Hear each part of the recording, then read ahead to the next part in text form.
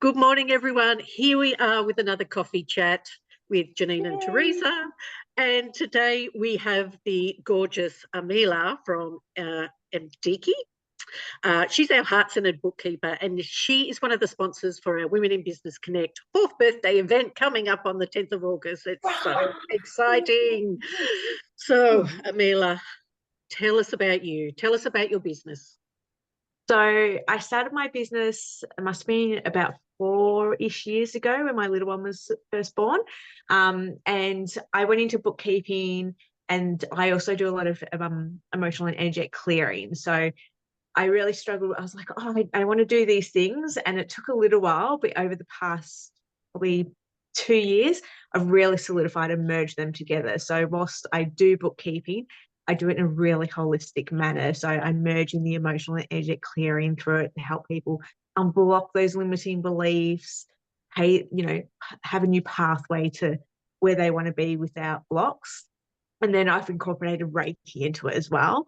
So yeah, it's just a really holistic thing, because I truly believe that you can't have that harmony in your business life if you don't have it in your personal. So when you're working with me, we're looking at all the things, not just your business, but we're looking at your personal as well, because that stress interweaves. So I'm really passionate about helping people with their money, personal and business, and yeah, just bringing it into a really holistic way, because it's such a triggering and charged topic for so many people. Yeah. So many being an energy worker too. So many people do have lots of hang-ups with money. Oh, 100%. And it's one of those things, a lot of people will be like, oh, I don't have money issues. And it's like, you don't think you have money issues. Everyone's got something deep down inside. They might not realize it yet. But as soon as you start going to the clearing element and looking at the emotions and the energies, and I work a lot with the chakra system as well, it's amazing what can come up and what can help people just, I guess, bring a lot more things to fruition and bring on their desires. So, yeah, I love incorporating it all together. And I always forget to mention, because people are like, oh, you're a bookkeeper, cool. But I was a finance controller for a really large business on the coast. So I have all of that experience behind me. So it's not that someone's gone out and gone, I'll just get a Cert 4 in bookkeeping and off you go. I've played with millions of dollars a week for many, many years. So I incorporate a lot of, my old, I might call my old life into my business. Amazing. I love that. So tell us more about who your ideal clients would be. So I work with a lot of females, not intentionally, but I think it's just my vibe, because my whole aim with everyone is to bring them to a place of calm confidence and that empowerment around their finances. And it's not to say that males don't struggle with that, because some definitely do. But I just find, I guess, my vibe, being super calm and chilled, tends to attract more of a female audience. So predominantly females, people that are usually in a bit of a holistic space as well. I do work with some companies, and I've got Sparkies, I've got builders on my books, but the majority are like, I've got naturopaths, beauticians, because people that are empowering people. So I am that person where I know everyone's like, oh, you just got to get the people in and just work with everyone. And I'm like, no, if we don't vibe, because it's got to go both ways, right? So if someone doesn't vibe me, I don't take it personally, because I'm not going to be for everyone. Some people, as soon as I say energy clearing, some people just go, what? And they just over their head, and they're just like, I don't understand like what's going on. And it can be a put off for some people, because if they don't know things, they find it a bit like, oh, that's a bit daunting. But for the most part, people that are, I guess, a bit more holistic in how they live, as soon as you say bookkeeper, energy clearing, they're like, I need you. And so they're sort of the people that tend to gravitate towards me, that are already kind of living holistically and having their spiritual practices, or on that verge of getting into meditation or journaling or whatever it might be. So beautiful. Yeah. I love that. It's so good. So it's good to have a little niche of customers as well. And I love that you attract those sort of people as well. I do. And it's beautiful, and it doesn't matter who it is. It's just seeing that their services can empower someone else as well. So you're helping them. From my point, it's like, oh, if I can help you stay calm, stress less, and give you time back because you're delegating stuff to me to do for you, then you can go forth and actually take on more customers yourself and help more people feel empowered with whatever it is, whether it's with their health through a naturopath or a beautician, you know, getting your brows done and helping someone feel that.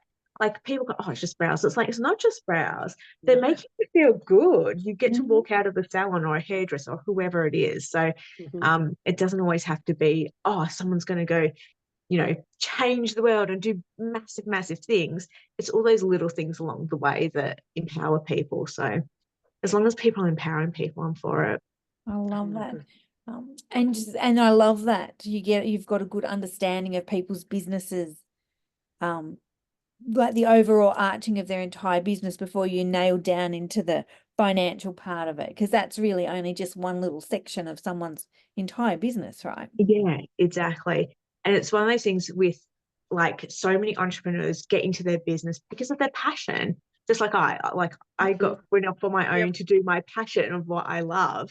And so, especially, like, it's different for me because I've been in, you know, doing bookkeeping, I've been a finance controller, so I know what to do from an admin and all that. But people who are doing more creative aspects, they don't want to, but finance isn't their strength typically. And the majority of people, unless they're working in finance, hear money and finance and just go, oh, I know. I know. Yeah. I know. It's a lot. It's the last thing I think of. And you did say, Same. right, for those people who are into healing and, you know, gifting people energy and making them feel good, that's what they do. That's what they do well. I mean, even me as a pastor at church council meetings, that's me. I'm the, like, looking after people. As soon as the finance committee and the property people have to give their report, I'm like, really, because it's not my gift, right? Exactly. And so many people find it such a stressful thing to talk about. So, you know, we were taught not to talk about money. You don't ask what someone earns. You don't discuss what's happening in their business. That is off the cards, where it needs to be normalized that we're allowed to discuss these things because people struggle with it. So, it's one of the big things I love about what I do as well, is helping people set those foundations up. So I know a lot of people go to accountants and they go into, and it's not, accountants are amazing, we need them, and it's nothing against how they set themselves up because it's needed and that's their vibe. But when people come into because I work from home, we're often sitting out on the deck with, you know, nature around us, covered around trees and birds chirping with the laptop there. But it's such a different environment for people to just go, oh, we're not under fluorescent lighting and behind a desk, you know. It's such a different vibe, and it's just bringing that element in to make people feel that extra bit comfortable. So then we can go, all right, here, this is your foundations. You need the foundation set because otherwise you're just going to topple over. So that's a big passion of mine, has been like, let's change the environment. Let's look at foundations. Oh my God, I'm sold. I'm sold. Yeah, me too. Amazing. Amazing. Amela, what? Oh, sorry. Can I ask Amela first? Sorry. Yeah. What's a common money block that your clients might have, or the average person in business? I feel like at the probably one of the biggest ones, especially when we're talking about business specifically, because everyone thinks when it comes to money, it's money blocks, it's specific about money and about wealth. And often in business, it's actually about showing up in your business, people being terrified to be seen. So people go, I don't want to be seen because what if I fail? Then people are going to laugh at me and judge me. What if I'm successful? Then my friends might start, like, it's, you know, it's that typical thing where that tall poppy syndrome, where people are like, you can't say you're doing well. And it's definitely changing. But it's that thing where if you get, you know, on the rooftop and start screaming out, I'm doing great, I made $1 million or whatever it might be, people just typically look at you and be like, oh, like, calm down, get off. Whereas we should be allowed to do that. And that's what stops a lot of people going, I don't want to be seen, because there's this two extremes of, I'm going to get laughed at and judged, or I'm going to lose people because they're going to think I'm out of their reach, or they're going to judge me for being happy and confident in reaching my goals. So it's typically around that a lot of the time. So whilst it isn't specifically about money, if you can then show up in your business and not have those things deterring you, you're then going to actually get that wealth coming in. Yep, love it. I love it too. That's awesome. Cool. So again, our throw-out question that's quite unrelated to business is, what makes your heart sing? So it makes my heart sing. Like instantly my little boy comes into my mind, partly because he also turned 4 yesterday. So it's been very much like Four's a great full age. family going on. So definitely Koa. He's definitely one of the reasons that I do what I do, because I want him to know that you can achieve anything. But the other thing that makes my heart sing, obviously my husband, I don't want to say that. Like, really, what? You're only in Koa? It's also to see my clients have those wins. It's like, even if it's a small win, like if my clients sit around and go, I looked at my money organizer, because I don't call it budgeting. It is such, for me, it's like a taboo word. You don't say budgeting because everyone hears it and thinks that you're instantly cutting out all the fun stuff in life. So I call it money organizing. I love But it. even if my Love client it. I love it goes, too. The Writing that energy down. around it's so much lighter. Woo. Yep. Yeah, it's beautiful. Sorry, but we even interrupted when you my with an clients go, oh, excitement. I looked at my money organizer, and they had, you know, they've kind of resisted it. I'm like, that's a massive win. And that makes me want to jump up, and I'm like, celebrate it. Like, don't just go, oh, I finally did it. Like, no, celebrate that, because that's a massive achievement when you've like been really resisting it. So it's just seeing them make those steps, even if they think it's really small, they're Yeah. massive. So it makes me happy, especially because they're my templates as well. So I'm like, yeah, go do it. I love that. Yeah, they're listening and they're taking action. Brilliant. Yeah, as soon as that Right. integration comes in Yeah. and they actually do it, it's like, that's just, it's everything. Because you can lead a horse to water, but you can't make them drink. So when they actually take that drink, it's, yeah. So that's all about. Fabulous. That's so good. That's all. So, Teresa, did you have another question? I was just going to say, how can people find you? How do we find you? So predominantly on Instagram, my handle's just Amdeki, so it's AMDEKI. Otherwise, I'm pretty sure all my emails and that are on there as well. So otherwise, email as well, which is just Amela K. I should spell it out because no one's going to have to spell that. So AMELAK at mdkconsulting.com.au. But Instagram's typically where I live. I should be on Facebook more, but Yeah, you are Instagram. I see you over there all the time. And should's a dirty word. Yeah, Should. Raging with negativity and judgment. Yeah. Yes. And the thing I forgot to ask you at the start of the call is, what's your go-to drink? I mean, Teresa and I are coffee lovers. I love a cappuccino on skim. If anyone wants to order me a coffee, Teresa. I'm a full fat flat white. If you want to order me a coffee. And I'm going to be the horrible one that says I cannot stand coffee or the smell of it. So I'm a chai girl. Chai or herbal teas. Yeah. I love a chai. Beautiful. Like a proper, not the sugary stuff. Yeah, it's got to be a proper one. Yeah. Yeah, a real one. A Byron Bay loose leaf chai. Just slowly heat it up in milk. That's how we have it here. Actually, check that out. Yeah.